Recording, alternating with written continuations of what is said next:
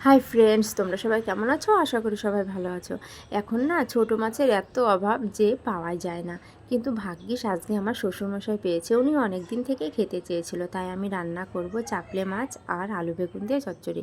দেখো আমি সব কিছু গুছিয়ে নিয়েছি, আর রান্নাটা আমি অবশ্য করব ছাদে, মাটির উনুনে আবার। এই জন্য আমি উনুনটাও নিয়ে এসেছি এবং উনুনটা জ্বালিয়ে নিলাম।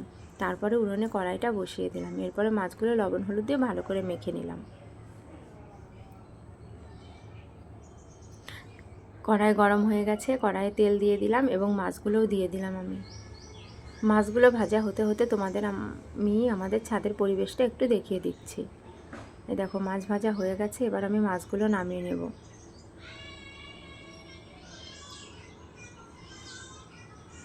এই যে আবারও মাছটা নিলাম। আর ওই যে আমার ছোট্ট ননদিনী দেখো হাই বলে চলে যাচ্ছে।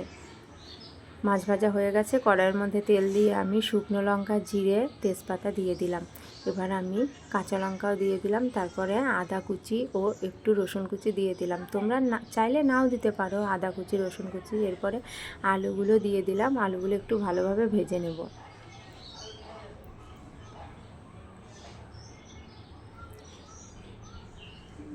আলুগুলো লাল লাল ভাজা হয়ে গেছে, এবার আমি ওপর থেকে পেঁয়াজ দিয়ে দেবো। পেঁয়াজ দিয়ে হালকা ভেজে আমি দিয়ে দেব বেগুন। বেগুনটা একটু দেরি করে দিলাম, কারণ আলু বেগুন একসঙ্গে ভাজলে না বেগুনটা তাড়াতাড়ি গলে যায়। ভাজা হয়ে গেছে, এবার আমি পরিমাণ মতো লবণ হলুদ দিয়ে দেব।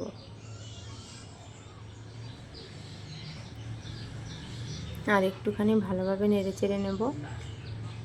এরপরে পরিমাণ মতো ঝোল দিয়ে দেব। যেহেতু চচ্চড়ি খেতে চেয়েছে, তাই বেশি একটা ঝোল দেব না, গামাখা ঝোল দিয়ে দেব। এর মাঝখানে আমি ঢাকাও দিয়েছিলাম। আলু বেগুন সেদ্ধ হয়ে গেছে, এবার আমি ওপর থেকে মাছগুলো দিয়ে দেব। খানিকক্ষণ রান্না করে নেব।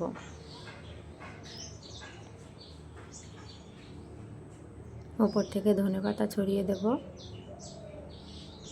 একটুখানি জিরে গুঁড়ো দিয়ে নেড়ে চেড়ে আমি নামিয়ে নেব। এই দেখো আমার ননদিনী ডান্স করছে, তাতা থই থই, তাতা থই থই। রেডি। এবার আমি চচ্চড়িটা নামিয়ে নেব।